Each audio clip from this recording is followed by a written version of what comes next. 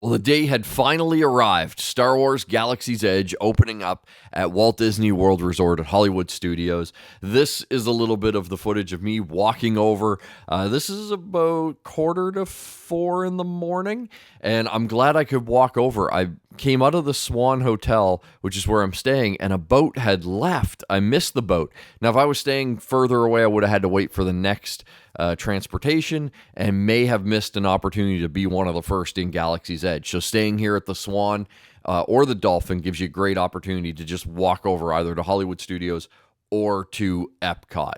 So that really paid off for me this time, because if I had gotten there any later, I may not have gotten in because there was just a few people when I got there. The place was packed and jumping. Even for being so early, everybody in amazing spirits as we were let into the park a little earlier. This was about, I want to say, 4:45, and we were shuffling our way towards the entrance of Galaxy's Edge, and we all kind of had a bit of a shocked look on our faces, and you could feel the energy of like, I think they might be letting us in. I started to get, you get that nervous excitement, the butterflies in your tummy. That's how it felt as we were shuffling towards the entrance of Galaxy's Edge. Just behind that wall is the world we've all been waiting to see since we were kids, really. And it was about to become a reality. And we kind of got the sense that even though the park was not supposed to open until 6 a.m., the way they weren't slowing us down, there was a real possibility that we were going to see Galaxy's Edge even earlier than we thought, which was an amazing feeling. Because the way they've got this built, I mean, the last few days I've been in front of this entrance, you can't really see into Batuu.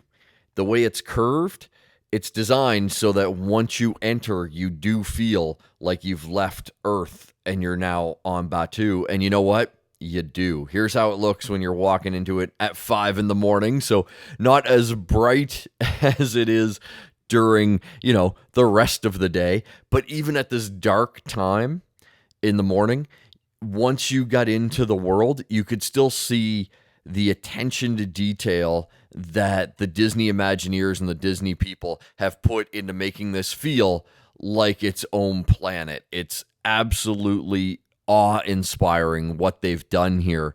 As soon as I stepped in, you felt like you weren't on Earth anymore. And as a massive Star Wars fan, it was dreams coming true.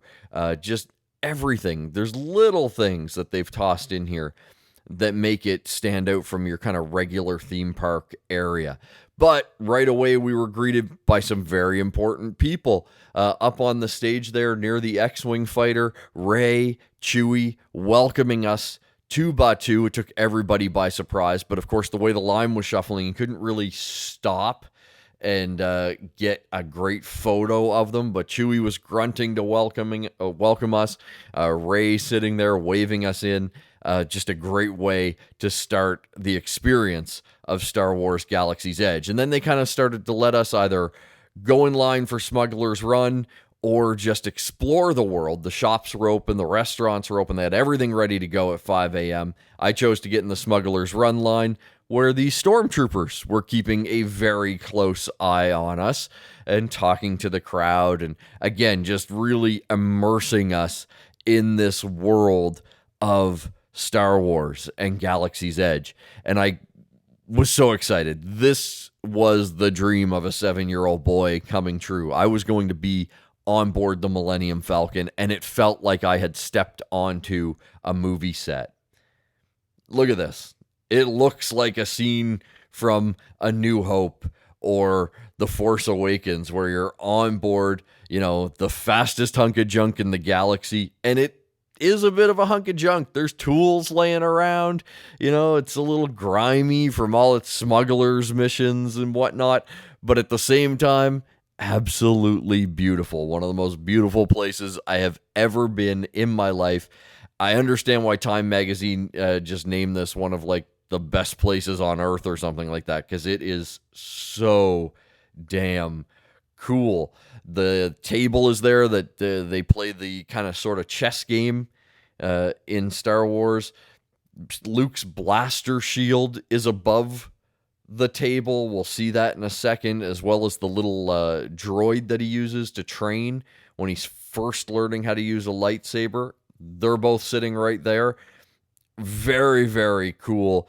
And you're just free to roam about this area until they call your boarding party for Smuggler's Run, where you're either an engineer, a gunner, or a pilot. And I got to do all three. They're all very cool in their own way, but there's something about pushing it into light speed, which I did get to do.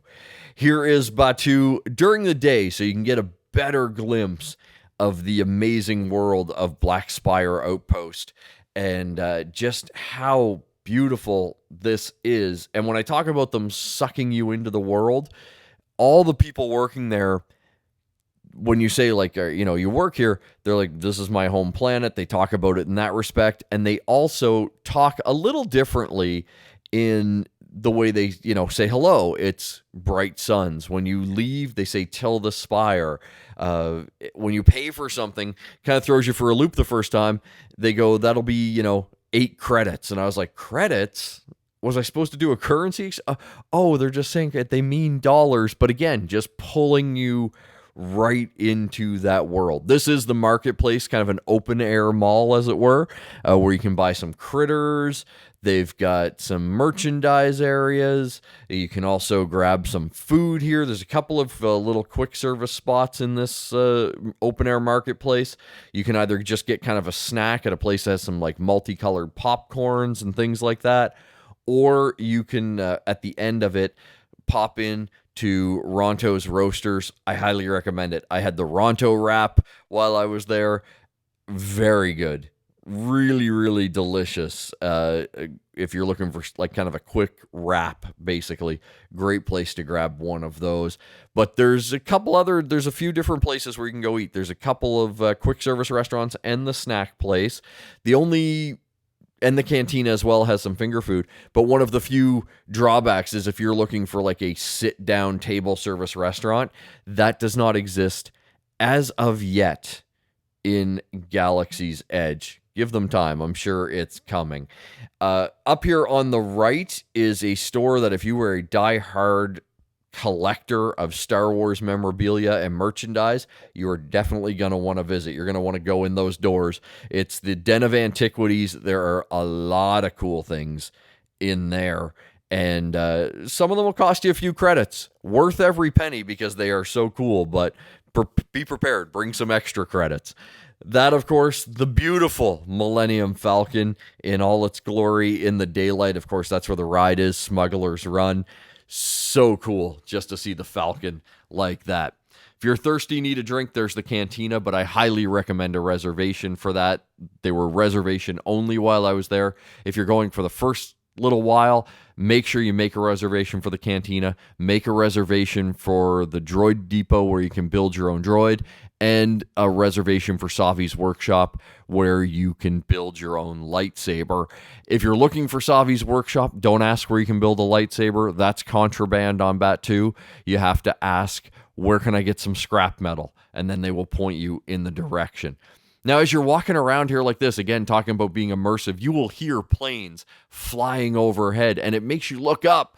And there are no planes as of yet, but give them time. I'm sure Disney Imagineering will figure out a way to have holograms or something flying over your head. Also, grab a blue milk or a green milk, both very refreshing. I actually think I'm more of a green milk guy, but either or. Fantastic. Very tasty. I highly recommend those as well. This is inside the Den of Antiquities. Like, you can buy that mask. It's going to cost you a few credits, but you can do it. But again, even in the stores, they have built a world unlike any other.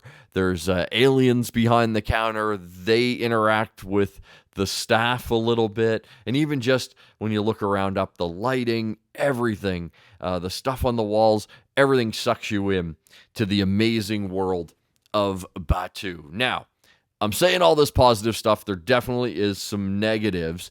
One, everything is a lineup. There's no way you're not going to stand in a line, especially if you're going early, like one of the first couple months. Even to go into a store to spend money, you're going to stand in a line. If you're going to ride Smuggler's Run, you're definitely going to stand in a line. At one point during the opening day, the lineup was over 5 hours long.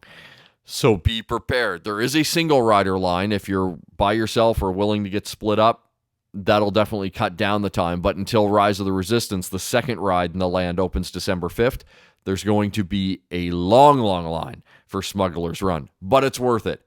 I can say without a shadow of a doubt, everything in Galaxy's Edge is worth it, and I can't wait to go back. I want to go back at light speed.